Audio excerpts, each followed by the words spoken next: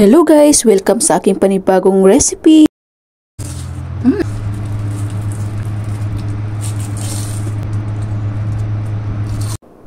Ito na pala ang ating ingredients for today sa ating lulutuin ngayon.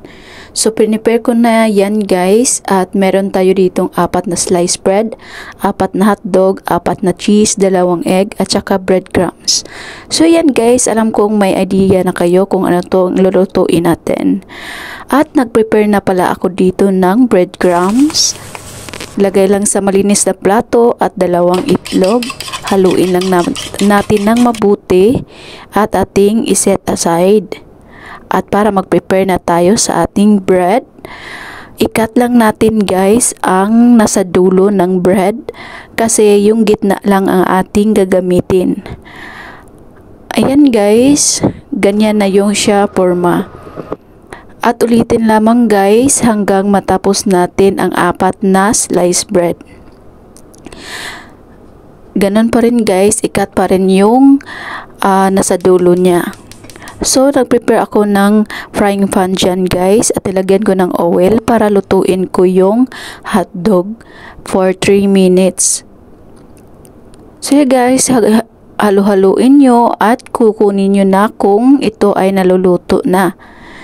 At saka guys, i-flat nyo lamang yung bread nyo. Pwede kayong gumamit dyan ng baso or yung rolling pin or yung rolling wood. I-flat lang na mabuti guys at pagkatapos ilagay na ang cheese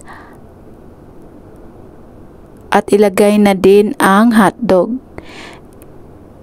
I-roll lamang guys hanggang sa dulo.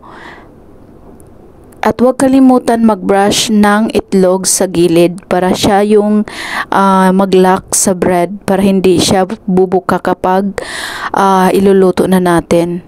So gawin lamang guys ang same procedure sa ibang bread.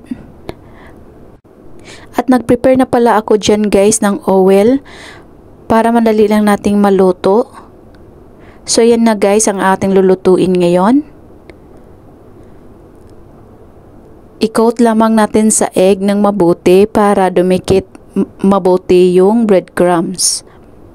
Pagkatapos ng breadcrumbs guys, lutuin lang natin sa oil. Same procedure pa rin guys.